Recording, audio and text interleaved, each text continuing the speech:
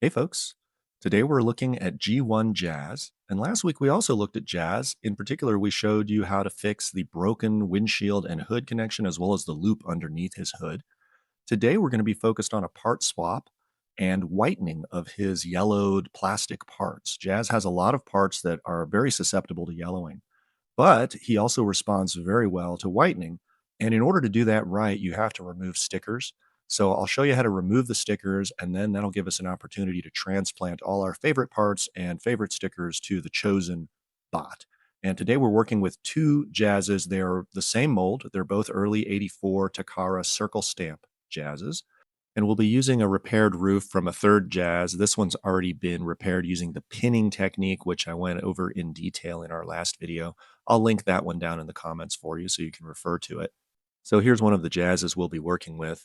And I can tell someone has opened him up before because his head has been reinstalled backwards. We shouldn't be able to see the face from this angle. Jazz does discolor pretty badly. His front fenders or shoulders are white plastic, then the doors, the spoiler, and then flipping him over to the underside, his forearms are all white plastic that goes pretty badly yellow. But we can take care of that. Other things I like about this car, though, are the chrome. That middle abdomen section and also the feet here are pretty nice and shiny. The wheel pins and the wheel hubs are nice and shiny. When you compare that to the other Jazz, you can see there's quite a bit of discoloration on the wheels. Although that other Jazz seems to have brighter paint, the white painted surfaces. So the one on the left is what I'm talking about. It's a little bit more brilliant white than the one on the right. So we'll probably be mixing and matching and doing sort of a 50-50 here between the two. I can also see that the windows are different. So the one on the right, even though the painted parts are discolored, the rear windows are a little bit nicer than the one on the left. So let's start the disassembly process. We'll first remove this black undercarriage, which is just 4 screws. And once the screws are out, we can take the shoulders or fenders out of the hood, and then we can remove the hood from the body. Now we can remove the pin that holds the upper body and head together, and when we reassemble it, we'll put the hood back on there with its loop so it can slide along that pin. The doors are just clipped in with a little metal plank. You just need to pull out firmly and evenly against that plank, and it'll slightly deform and let go. Then we've got to open up the shoulders, get those white pieces of plastic off. The forearms are 2 pieces. Don't mix up your fists. For this part, you can just loosen that black upper arm. You don't actually have to totally separate it. The forearm slides out pretty easily. Now, when we get to the feet, there are just 2 screws on each foot that keeps the rear quarter panels connected. And then there's a screw underneath the spoiler that holds the spoiler in. So this will allow us to swap spoilers and just pick the brightest white ones of the bunch. Now, to remove the rear windows, there's also a pin that needs to be pulled out. There are your windows. Be careful with those. Those are very fragile and they have a bad habit of breaking. Now we'll remove the shins, and that's 2 screws on the front, 1 screw in the back. And then to remove those upper thighs from the abdomen, there are 2 screws on the back that need to be removed. And here's the abdomen with that unusual double jointed hinge. And here are the disassembled Jazz pieces. So now we're going to remove some stickers. You'll need some lighter fluid, the kind that goes in a Zippo lighter, not your charcoal grill. And we'll also want a sheet of parchment paper, which is a good holding pen for stickers that are still tacky, much like a sticker backing sheet. The stickers won't adhere to them permanently. Now we'll submerge the pieces in lighter fluid, and it only takes about 5 to 10 minutes for the glue to start softening up. And then you can get a sharp edge like an X-Acto knife under the corner of a sticker, start lifting it gently, and you'll feel it when it's really let go. You can just slice through it like almost nothing. If you're fighting the sticker, you should probably give it a few more minutes. And this martini sticker on the spoiler is cooperating pretty well. There are different kinds of stickers. There are basically 3 that I know of on Transformers. There are the paper stickers, which are very flimsy, very soggy, very delicate. You know, as you try to take them off, sometimes just the edge of your X-Acto knife can actually leave an imprint in them. So they're very, very delicate. Then there are the foil stickers, which are probably the most common kind. There's this metallic sort of layer that gives it a little bit more structure. I find those the easiest to remove.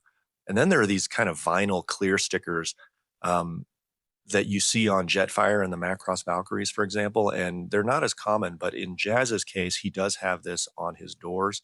And I decided to try and experiment here. I took the vinyl stickers off of his doors and they fought me really hard. Like they were hanging on for dear life.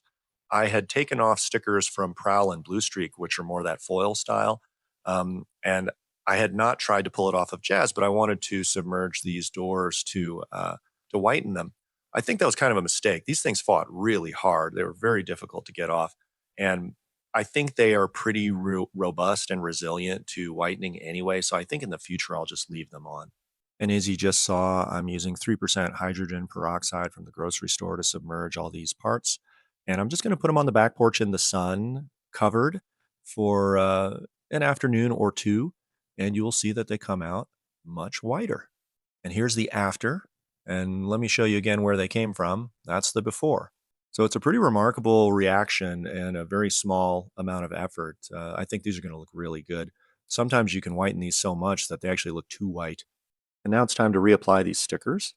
You can see they lift off the parchment with no problem, and I'll use as a reference guide the original instruction booklet just for the placement of the stickers. These martini stickers turned out really well. They still have tacky vintage glue on the back, so I didn't apply any additional glue. And particularly since they're going on a flat surface, there's no extra treatment that's needed. When it's a curved surface, I'll pay a little extra attention just to keep them from lifting up. And the clear stickers for Jazz's doors did not remain tacky, so I'm going to give it a quick swipe of a school glue stick. And then because it's going onto a curved surface, there's a greater chance that it'll lift up. So what I like to do is use a piece of parchment paper and some painter's tape just to wrap it around there and give it some even pressure to hold it against the surface while the glue dries. And the reason I use the parchment is because I don't want to inadvertently get glue stuck to glue, from the masking tape and then have a new mess that I have to clean up. And the rest of the stickers are pretty straightforward to reapply.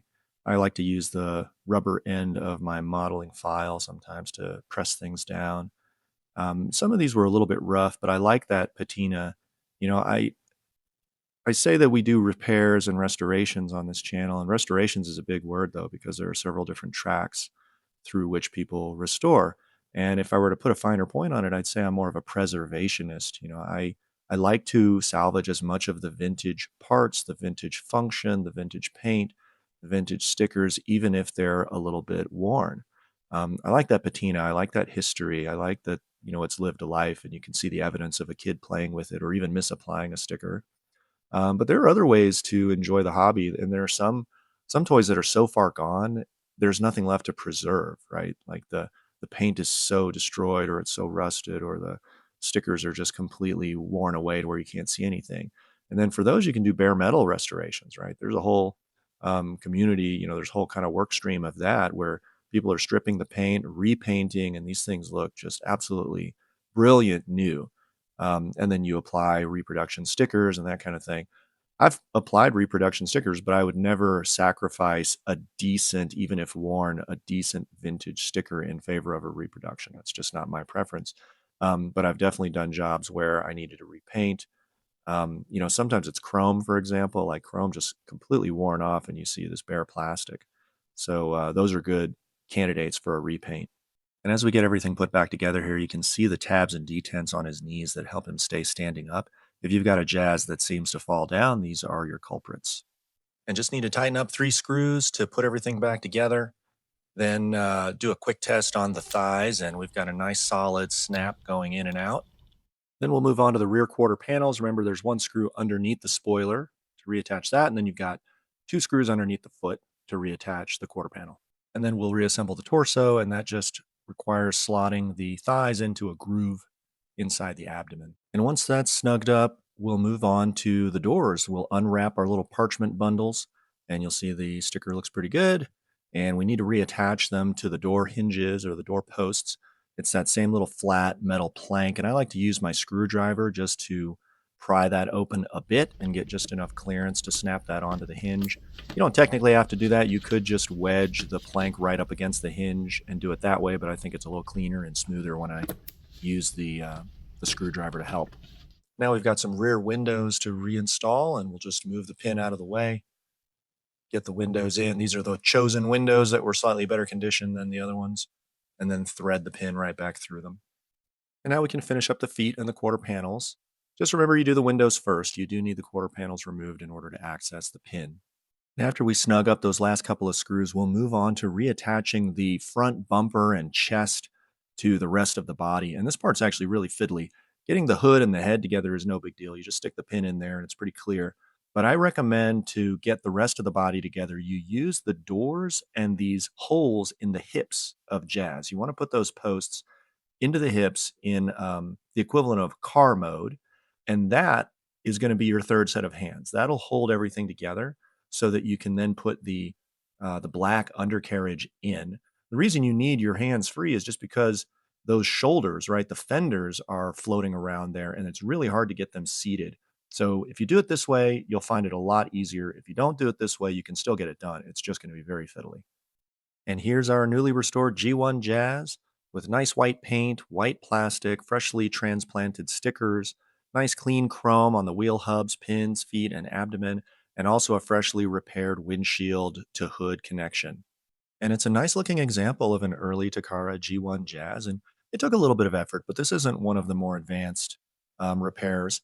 So I find it very fun and therapeutic just going through the steps. And if you also enjoy this sort of thing, I hope you'll take a look at some of the other videos on the channel. We talk about engineering design, history, trivia, and other repair techniques. Say hi in the comments. I hope you found this information useful, and we'll see you next time.